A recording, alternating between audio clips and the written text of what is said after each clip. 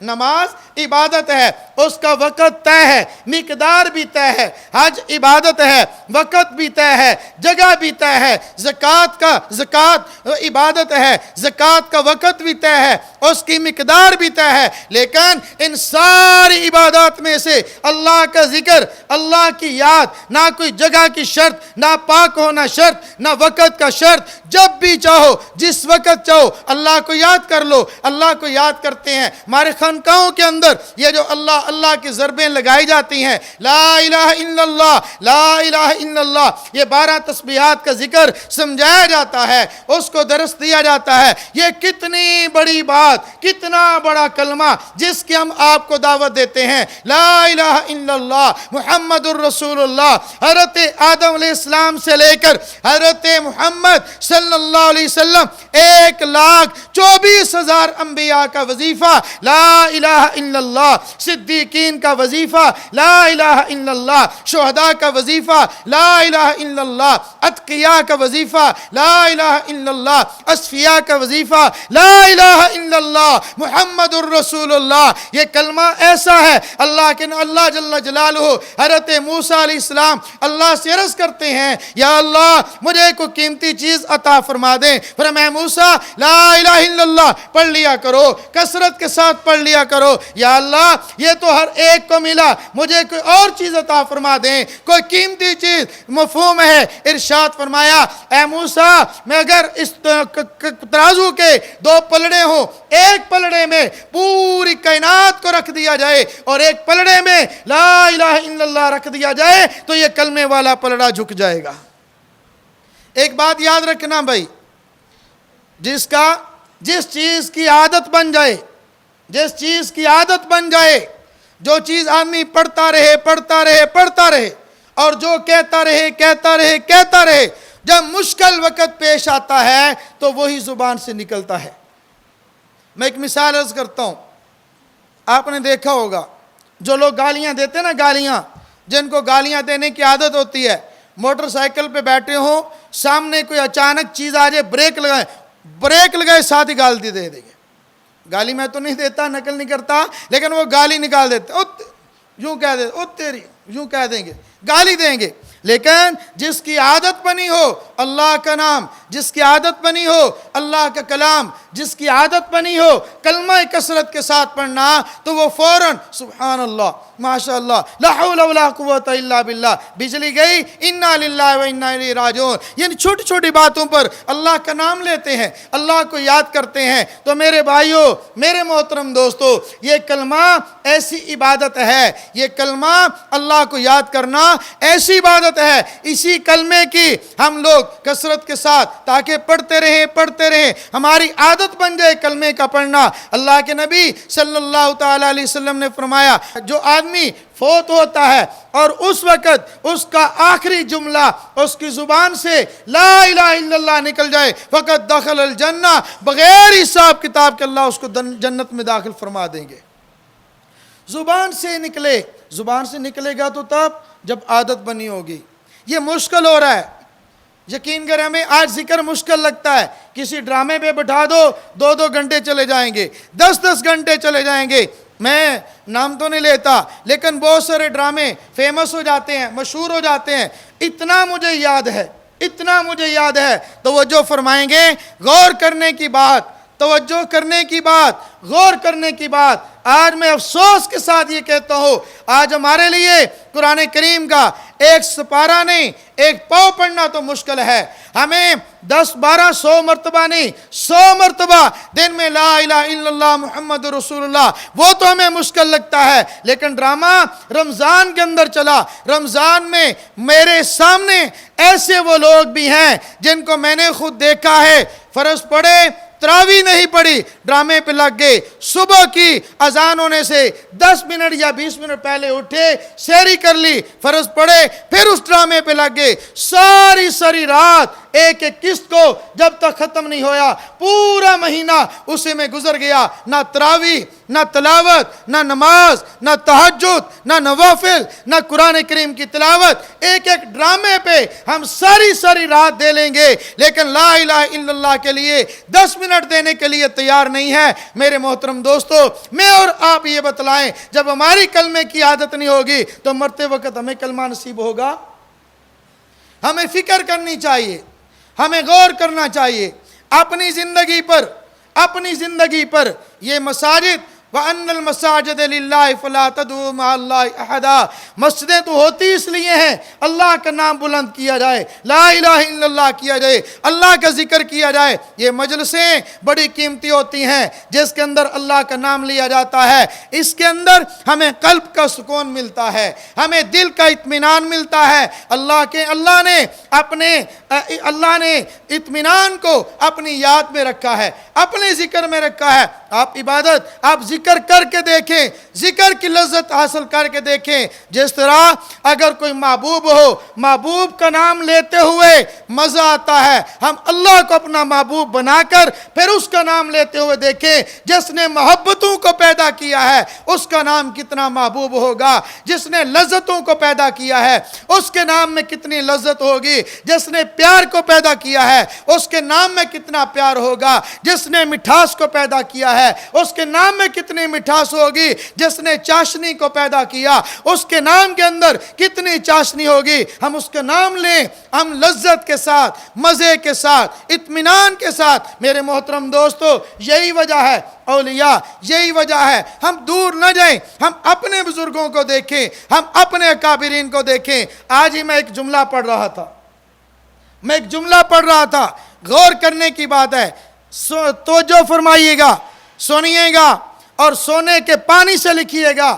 کسی نے کیا خوب کہا، کہتے ہیں کہ جو زندگی میں، توجہ فرمائیں گے، جو اپنی زندگی میں تلاوت نہیں کرتا، اللہ نہیں کرتا، مرنے کے بعد اس کی قبر پر پیسے لینے والوں کو قرآن پڑھانا پڑتا ہے، پیسے دے کر قرآن پڑھانا پڑتا ہے، اور جو خود اللہ کرتا ہے اس کی قبر پہ اللہ والے آ کر پھر اللہ کرتے ہیں۔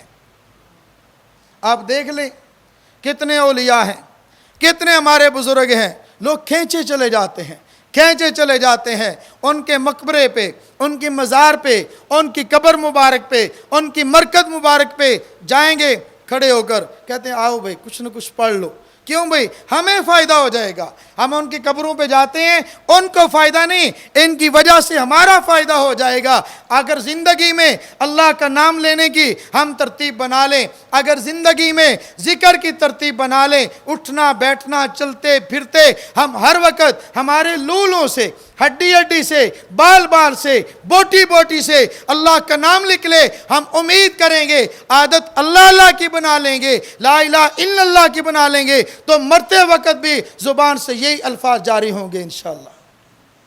قریب ہمارے بزرگوں میں سے حضرت مولانا، ہمارے دادا پیر حضرت مولانا عزیز الرحمان ہزاروی رحمۃ اللہ علیہ، ان کی ایک ویڈیو جاری ہوئی ہے، ایک دن پہلے کی ہے، غالباً ایک دن پہلے کی، اور وہ لگی ہوئی آکسیجن لگی ہوئی ہے، اس کو ناک پر آکسیجن لگی ہوئی ہے سانس کے ذریعے، لیکن زبان سے اللہ معی، اللہ میرے ساتھ ہے، اللہ میرے ساتھ ہے، اللہ ربی، اللہ میرا رب ہے، اللہ میرا رب ہے، اللہ میرے ساتھ ہے، اللہ میرے ساتھ ہے۔ جس کا رب اللہ ہو جائے، رضیت باللہ ربا، جو رب ہونے پہ راضی ہو گیا، رضیت باللہ ربا۔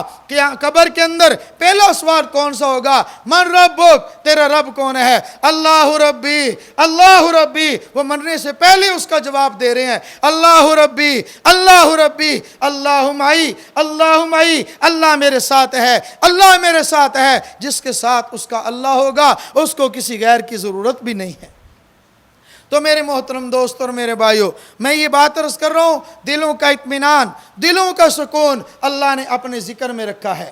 ہم لوگوں نے اسباب تو اطمینان کے خرید لیے، ہم لوگوں نے راحت کے اسباب تو خرید لیے، ان اسباب نے اللہ نے راحت کو رکھا نہیں ہے، ان اسباب میں اللہ نے سکون کو رکھا نہیں ہے. اللہ نے سکون، اطمینان اللہ نے اپنے ذکر میں رکھ دیا ہے. جتنا ذکر زیادہ کریں گے اتنا اطمینان زیادہ ہوگا، جتنا ذکر زیادہ کریں گے اتنا قلب کے اندر سکون ملے گا، دل کے اندر راحت آئے گی. آپ دیکھ لیں گے وہ اس کے پاس ایسا شخص ہوگا جس کو کھانے کو لقمہ نہیں مل رہا، پہننے کو کپڑا نہیں مل رہا، لیکن دل کی حالت یہ ہے وہ کہتا ہے مجھ سے بڑا کوئی بادشاہ نہیں ہے، مجھ سے بڑا کوئی بادشاہ نہیں ہے. اللہ رب العزت ہمیں بھی اپنے نام کی لذت عطا فرما دے. اللہ رب العزت ہمیں اپنی یاد کی توفیق عطا فرما دے. اللہ ہمارا شمار ذاکرین میں فرما دے. اللہ مجھے اور آپ کو اپنا نام لذت کے ساتھ، مزے کے ساتھ، لطف کے ساتھ، سکون کے ساتھ، اس نیت کے ساتھ، اس نام میں لذت ہے، اس نیت کے ساتھ، اس نام میں مزہ ہے. اللہ مجھے اور آپ اپنا نام لینے کی توفیق عطا فرمائے. وآخر دعوانا ان الحمد للہ رب العالمین.